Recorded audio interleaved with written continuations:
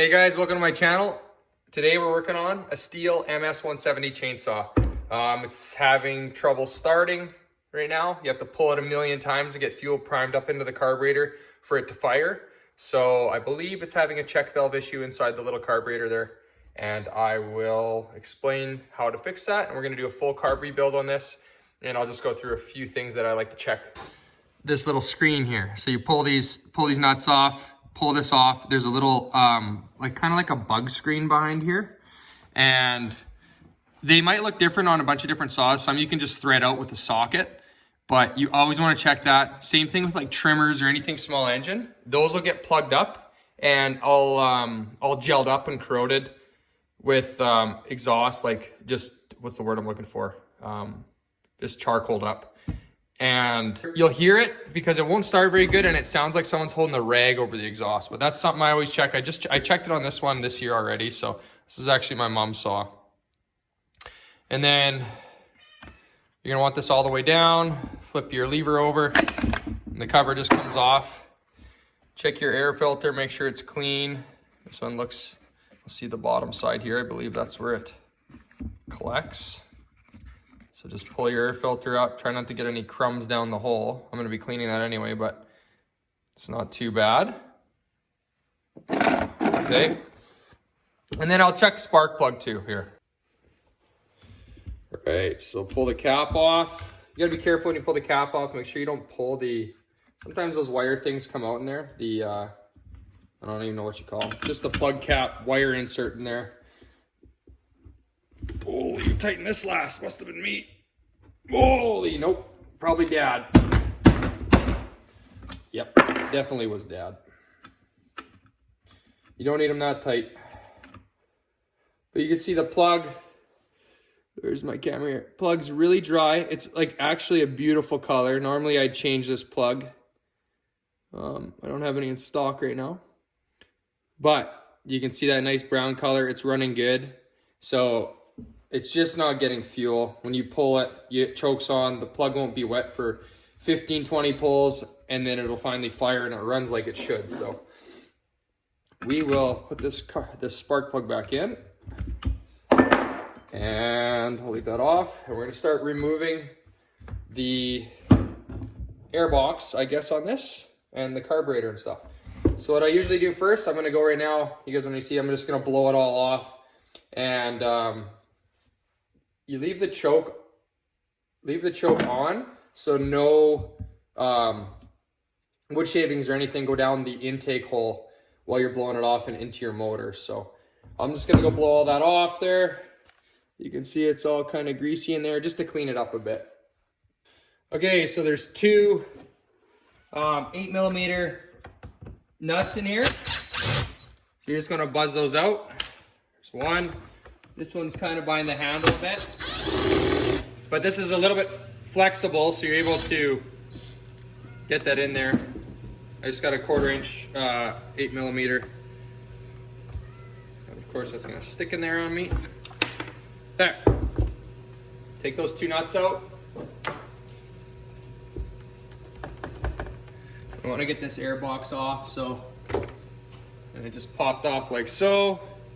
See, it's a little bit dirty, so I'll clean all this up. There is some, there was some wood shavings down in here a little bit, wood powder, if you will. So there's that. There's a little O-ring on here. Make sure you don't lose it up top here. I believe that's must be for running the fuel pump pulse on this one. They're all kind of a little bit different. This is my first time doing this one here, so now we're gonna want to remove these linkages. So there's a choke linkage here,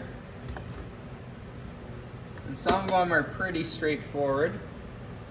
So this one I moved back up. Looks like this bar can actually come out, so we're probably gonna do that. Pop this up and out of there. Okay. That's a long shaft that just came out of there. So I just pop this black thing up, slide this long shaft out. That's our choke. There's our choke rod. Okay. This can just sit here loosely. It's not in my way. Now to remove the throttle rod, it looks like I'll just hold the throttle on the carburetor with my finger.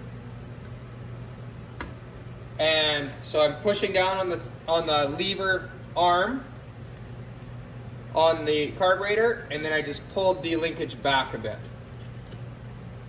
Okay, and that can sit down like that too. We don't need to disconnect it from the handle. Okay, now there should just be a fuel line attachment, which is pretty flexible. So we'll pull it off up to there. And then here's the fuel line attachment. Try not to pull on the rubber. Use your thumb or a tool and press. That one came off really easy.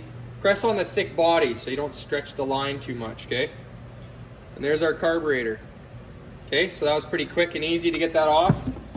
What you want to do is just check for any wood shavings or anything inside there. Sometimes I wipe them out if they got in. But other than that, that's all pretty clean. You can put a rag in there, depends how clean you want to be, and spray some brake cleaner or some kind of water cleaner off this. Keeping in mind your fuel line, don't get anything in there. Maybe put a little plug in there. On this one, I usually I kind of wipe them up a bit. They're not too bad, so and that fills back in there pretty quick. And this is also my mom's saw, so I'm not going to be perfect on it. Sometimes saws have these little shrouds in them, and you can flip them sometimes. This one I'm not sure if you can. Doesn't look like it, but some saws have a little slide in there for winter and summer mode, and that'll allow a little bit of heat from the motor to blow into on the carburetor to keep it warmed up here. But okay, I'm gonna spray this off, get it clean, and then we're gonna go to the pan here. Here's the carburetor kit I got. So it's just, I don't know if this is backwards on there or what, but it's a Zama RB-85 rebuild kit. And I'm not sure, this is an MS-170 saw, class 1A. I'm not sure the year, but I don't know if that really matters that much. MS-170. So, let's get her going. Okay, this carb's fairly easy. You can see here it's got the, high and low speed jets. They're actually fixed, so I can't adjust those at all. It kind of suck for the video because tuning a carburetor's pretty important after you rebuild. A lot of times they got little caps on these, and they're like you can only turn them like a half turn or something.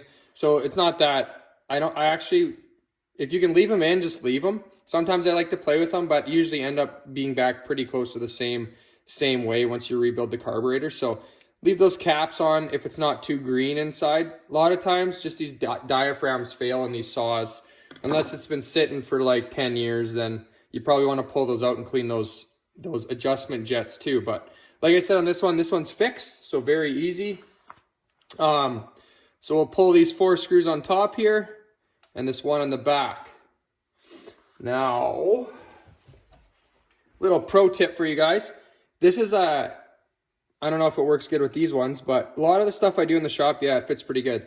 This is a JIS number 2. JIS means Japanese Industrial Standard screwdriver. It's a Phillips head, star, or whatever they call it. And it's got little teeth on the end of it too. And it works really good for like ATVs and stuff like that. That's all those Japanese Industrial Standard screws. Made my world like a lot more enjoyable using that, because you know how it goes with just a normal Phillips screwdriver here in Canada anyways. You strip those screws out if you're not being careful. So this is what I think's going on here. These are I'm just trying to look at it here, but these little flaps right here are the check valves. Okay? And they get worn out sometimes. This one looks like it has a little fuzz on it. See that? So there's a little bit of a fuzz on it. I don't know if you can even see that. That could have been all it was, is just that little bit of a fuzz, but I'm not sure if that grabbed that when I set it down or what. So the way that works is when the motor's pulsing, it pulls fuel into the carburetor through those little check valves. And if those check valves aren't sealing back to the fuel pump area where it's pulling it up through the tank, it'll drain, it'll siphon itself back into the tank, and then you got to pull it a million times, and it has trouble getting in fuel up into the carburetor. So we'll pull these 4 off here now. But sometimes I'll just crack them loose with this because they're long. Those aren't very tight. And I'll throw, I don't have any JIS heads in these extensions, but save my wrist. Okay. So sometimes it's important. This one just looks like it's got see how the diaphragm is on first, and then the gasket for on that cover. The way you know is that little thin diaphragm wants to sit against the nice sealing plate first, right? You don't want the gasket in between it, but just pay attention to that. Orientation of this sometimes matters, but you remember this faces out to where the choke plate is, not the throttle plate. And yeah, we'll pop this off, and there'll be our, sometimes this can be the culprit too. But that's our diaphragm, metering bowl, I think they call it. It's like a float bowl on a carburetor. So then again, there's the diaphragms on the outside. And there's our inside. See how clean and nice that is? So this carb, we use the saws every winter, so there's just something a little bit funny going on. And I bet, you'd be surprised, but I bet even that little fuzz can cause the issue there. So, okay, so now what I'm gonna do here, since we got the full rebuild kit, I'm gonna pull out, let's see here, I'll pull out this screw just a little bit. I won't take it out all the way because then it's easier to get this assembly back in. And there's a spring under this rocker arm. It's like a rocker arm, but it's a float arm, okay? So I'll just show you guys here. Remove this screw. Come on. There we go. This screwdriver doesn't actually fit this that good for some reason. I did this before, I remember. It needs like a number 1 JIS or something. Okay, so I backed this screw out kind of where I can get that float arm out of there. There, it just kind of pops out now. So there's your float arm, your pin, that'll fall out. There's a little spring in there. Take your spring out. And then there's your needle is in there as well. Whoa, your needle. And we're going to replace that needle, okay? So that's your metering system. That'll fill up with fuel from the check valve pressing. And then the check valves are always, there's that diaphragm in there that's always fluctuating, trying to pull fuel in. So what that metering needle does is it allows this to be full of fuel, the chamber. And then the pressure that builds up back here just holds. It's the pulsing is very light, so it can hold on those diaphragms. And then as soon as this starts dropping in fuel, you crack the saw open, it lets a little more in, keeps this chamber full. So there's jets there. I'm gonna blow them out. It didn't have problems running. It just has problems pulling fuel up from the tank. So I'll blow these out with the air compressor lightly. And then these caps, if your carb's really dirty, you can pull these caps on it and replace those caps too. But they're sealed in there really nice. They got some kind of weird glue on them. I usually don't have to pull them off. But that's just for some transfer ports and things like that for where the fuel moves through.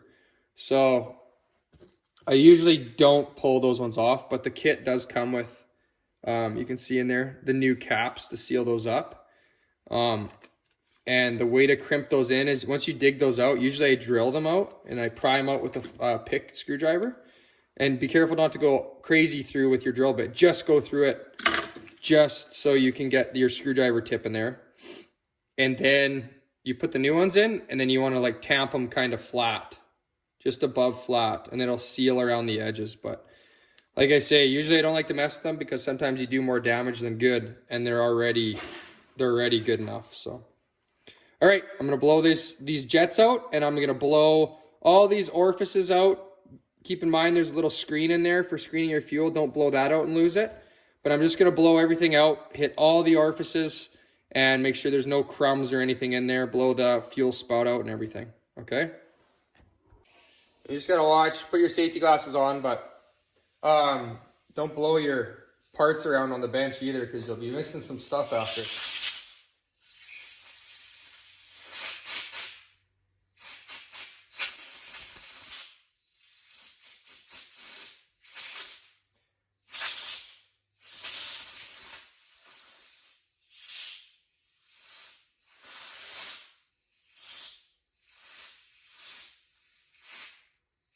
Like I said, this carb's not very dirty, so it doesn't need much. Or it's not dirty at all. It's more of a diaphragm breakdown issue, so. That looks good. And what I'll do then is I take a paper towel, brand new paper towel, and I'll lay my clean parts out on the paper towel, not back on my pan. Because as you've seen that, or you didn't probably see that little hair on that diaphragm. I'll blow this cap off too. That little hair on the diaphragm, it does not take much. You want your hands nice and I'm blowing out that spout too. And this, I don't have any old gasket material on there, so there, and that's about it. Now, I think everything else comes new in the kit, so we'll just use the kit stuff. I don't have to clean anything else up. These screws. Sorry. There we go. Okay. Let's go here. So there's the screws I got to transfer over. And this is just how I kind of keep everything organized. Make sure I don't miss a part that's going to go into this carburetor. So now what I'll do is cut this sucker open. Okay. And I will pour everything out on here.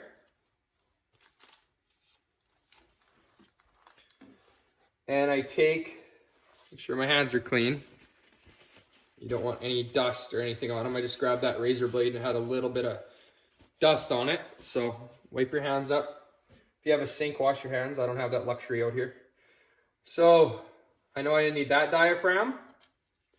And I know this is the one, so what I'll do is I'll take it, I put it over in the corner to make sure I don't miss anything here, right? I'll take this diaphragm, goes with there, this diaphragm here. Okay, goes over there. Obviously this one goes with that one. And then we need the float arm. Okay, float arm. And these are pretty straightforward when you do it enough, but just so you guys know, float pin. And then the screen I'm not going to change. It looks good. It's not corroded or anything. So I keep this screen in my, I have like an overflow of extra parts. I just keep it in case I ever want to do that. But I'm not changing any of those caps. And then I'm changing the needle. So what this kit didn't come with, or it did and I dropped it, is the spring. So I got that new spring there too. It looks shorter than my other one. I'm gonna put my old one back in. Sometimes when parts don't like to match up and the saw is running good, usually I put my originals back in. So what I'm gonna do actually is I'll change the needle. This is the needle. And you kind of want to compare them too. Sometimes they're a little longer, usually not, but the parts guys can mess up sometimes. So I'm going to put my old float arm back in because I know the angle of that was right. And then I'm going to put my old spring back in because it's, I didn't drop it on the ground. And this one's quite a bit shorter. So it probably won't make a difference, but I just like to keep things back to as stock as you can because this is some kind of chickadee kit here. Okay, so there's all my parts that I'm not going to use right here. And I'm going to store those away, get them off the paper towel here. So being organized like this is very important. Sometimes you're just like, oh, remember, I know where it all goes. But even if you do it enough, you'll forget one part and then you're working backwards to get that part back in. So just try to stay as organized as possible. Okay, I wonder if I can get this camera closer for you guys to watch my hands a little better. Kind of tough. There, okay. So what we're gonna do is I take the float arm and I'll put the cross shaft into the float arm, the holding rod. Sometimes I use my needle nose pliers for this. Okay, so my cross shaft's in there. What I'm gonna do now is set my spring. There's a little indent there. Don't put it in the hole for the needle, but put it in the little indent. And it kind of sits there. Now what you want to do is, I'm going to set the carburetor down. I'm going to put my needle in my float arm and cross shaft assembly. It kind of hangs in there. Yeet. You see that? And then what I want to do is just set it in. Sometimes you can get lucky, but you usually need a little pick to pull the spring. So it's tough. Head might be in the way here a bit, but I'm holding the needle in. This is the hardest part. And then sometimes you can try and get lucky and like drop it, but usually that doesn't work. Line your needle up with your hole. And then, so now I got it kind of sitting there, and I'll grab like, I'm gonna grab a little flathead and maybe one of these little picks, and I'm just kind of wiping them clean right now because I don't wipe my tools when I put them back usually, so that's what I'm using them for. So now what I'll do is I got to get that cross shaft. So I'm going to line my spring up. I'm going to push my spring in. There's a little bubble on the back side of this arm that the spring sits in. There, it's in the bubble. And then I got everything lined up, and I'll push my cross shaft, and it slid right under my screw there. Now I'm holding it down with my finger gently, and I'm going to see again, I got a dirty screwdriver here, but I'm going to blow it. I'll blow everything out again before I put the gaskets on. Okay, and there. Make sure everything's lined up. We're going to tighten this screw up now a bit. Gently snug it until it stops. And there we go. Okay, make sure your lever actuates a bit like that. But that's where it was before, and the saw ran perfect, so I'm using that old arm again. Now what I'm going to do is just quickly blow it out with the air here. All right, there. So I'll give it a shot of air. Make sure it takes off any of those little crumbs. Wipe my hands again. Keep these clean. I'm being a little bit, I guess anal's the right word, but. Okay. Gasket goes on. Make sure your holes all line up. There's that little hole right there. Make sure it lines up with your gasket. And I think this one can probably go either way. Okay, line up with your gasket. This one goes gasket first. And then this goes the big disc towards all the guts on the inside, okay? So, again, it's got two little holes on top. Line your holes up with the other holes. Just kind of adjust it. And that's all there is to that. And then you're going to put your cover back on. And the hole was facing the choke, I believe. So that's this one. Yeah, outward. The way you can tell quickly between choke and throttle is always snap shut, and the choke will set. You see it's holding it. The choke's open right now. The choke kind of sits in notches and holds itself in its position. But the throttle always closed unless you're trying to open it. Okay, so I set all those screws in place. I'll take my drill gently so I don't cross thread anything. And I wouldn't recommend this because you have to kind of feel them. And I always get them just started. See how I have to loosen that one? Same with anything you're working on. Same with anything you're working on. You want to get them all started in a few turns before you start tightening anything up. And tighten crossways like you do a tire. Okay? Angled. So I go corner to corner, not left to right, if you will. Snug those up. I probably over tighten everything I ever work on here, but I don't seem to strip anything, so Just snug. I'm just feeling them all again. Make sure they're all kind of even tightness. Again, not a big deal. Don't stress over it. Okay.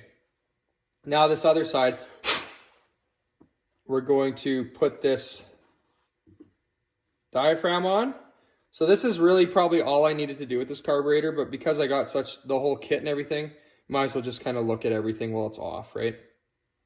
So now this, make sure you're lining up properly. And that's not proper. You can see there's a little bit of a curve on this carburetor right here. And there's a curve on my gasket. Okay. And there's a little fuzz on that gasket again.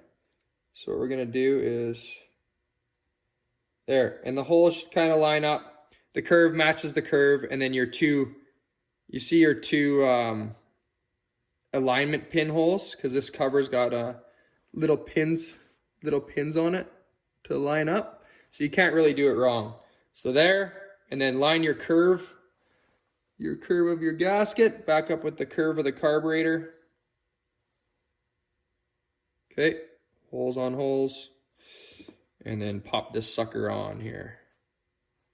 Curve on curve on curve.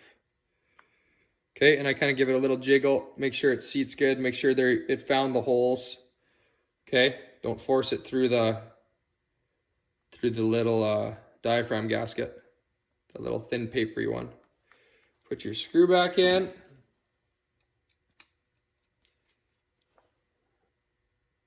And there we go. Okay, so let's go back to assembly here. Okay, time to assemble it. So I just kind of cleaned this flange up a little bit. Make sure no crumbs are gonna fall into between my carburetor and my body there.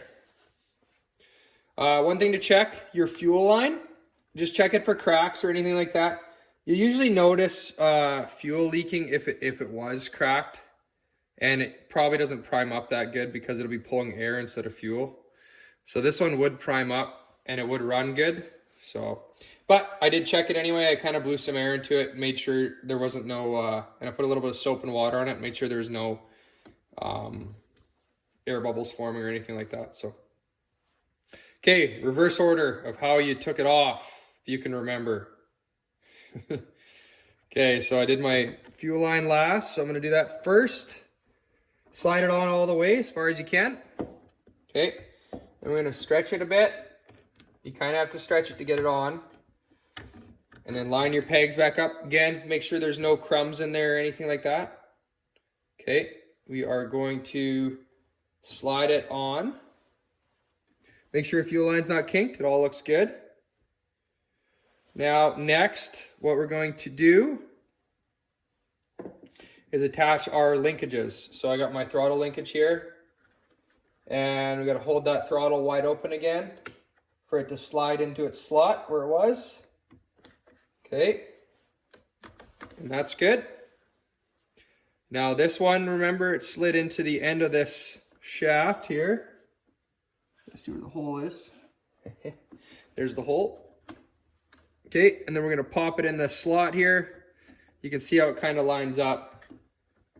I had a little bit of difficulty with that, not really, but this throttle one linkage could go on second, is what I would do if I did these saws every day and remembered that.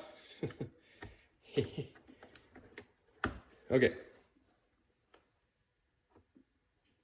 Now this will roll down, and this little, I don't know if you can see it that good. There's this little metal tang where the kill switch goes. That goes on top. So we have to get this, you kind of roll the lever up to get it on top, roll it back, and you can pop it back into its recession there. So now when you go to kill, the metal hits the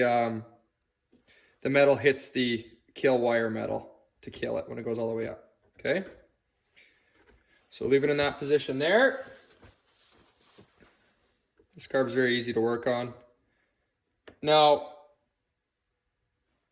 carb's all the way on. We're going to put the airbox back on. I cleaned it.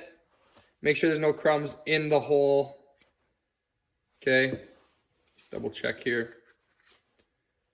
It's all clean. You can clean with brake cleaner, or I like to use is, I'll just show you it.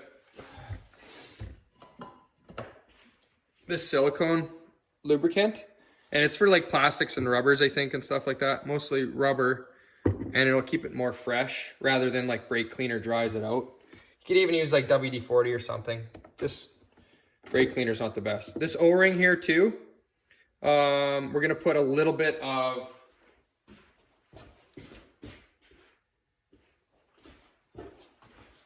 just a little bit of 2-stroke oil on there. Okay, you could probably use just engine oil or any oil or even WD-40 too. But I have some 2-stroke oil sitting around, so that's the best. We'll line those screw holes back up. And then that looks good there. Okay, so now take your nuts, put your nuts back on. I don't use my drill to tighten. I'll use my drill to spin stuff on very lightly, but I never use my drill to tighten. So these are being a little difficult. They're kind of, make sure you're not stripping them because they are, the handle's in the way. You can flex the handle out of the way to get this one straight. But for the other one, we'll see how this works. I'll show you a little trick too. What you can do is take a little piece of paper towel and pop your nut into there. Okay. And then it holds it in there. Sorry, I was gonna pull that hair off there, but then it holds it in there and it won't come out when you don't have like a, these are nice flanged nuts, so, haha. So this one's a little bit more difficult because it's crooked and everything. I'm gonna grab a new piece of paper towel. I kind of ruined that one. There. I'm just gonna take the socket then. It gives me some extension. Get my fingers in there with just the socket. Okay, and that's going on now. I do believe. Yep. So now I can get my tool in there, even though it's on a bit of an angle. And I can push to flex the saw. The saw is all rubber mounted, so you can kind of tweak it a bit to get a good mount on there. And I'm just using a screwdriver to tighten this. Just snug them up.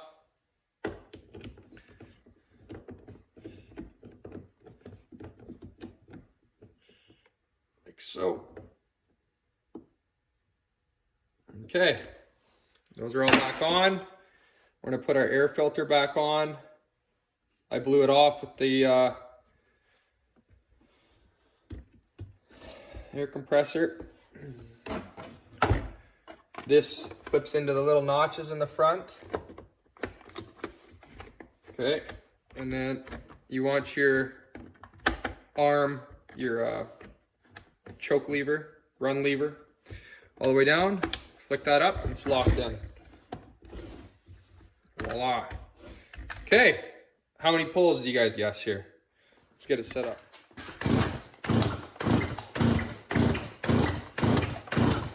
It's gonna take a little bit to get the fuel sucked back up into the dry carburetor.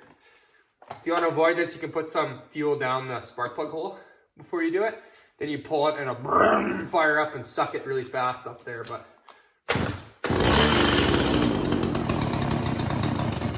so there, how many pulls was that? Wasn't 25 or 30. But now we'll go back to the next setting up.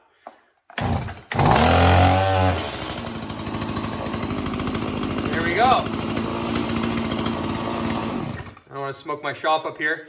But what I'm going to do now is I'll probably leave this saw sit overnight. It is my mom's saw, so I can just give it back to her and she can bring it back to me if it doesn't work. But typically, I'll leave it sit overnight to make sure I fix the problem. Like I said, I know before it was 25, 30 pulls, and now that was a lot better. I'm gonna go back and watch the count, but I think it was 8 or 10 or something like that to pull it up into a dry carb, so that's good. It doesn't have to be much. Seeing there was just that little bit of a fuzz. It looked like it wasn't even a cat hair. It was just a fuzz of a sweater or something in there. Probably just from, who knows, whatever. sucked in through the fuel. Probably not, but that's what actually it looks like is a filter fuzz or something. But anyways, doesn't take much. So I usually try to watch. When I do any carburetor for the problem. What, like, usually a jet's plugged, it's very obvious. Like, but those little tiny things sometimes you won't pick up. Like, I almost missed that. And you'll be going, what the heck? Why? It looks good in here. And sometimes those diaphragms just dry out too, and they just get really crappy, kind of crusty, and they don't work like they should. And like I said, it'll leak the fuel back out of the carburetor into the saw. Could be the needle and seat too. That had a little bit of dirt in there, and then something got past the screen and holding that needle and seat open and let it funnel back into the tank. But yeah, looks good now. And thanks for watching, guys.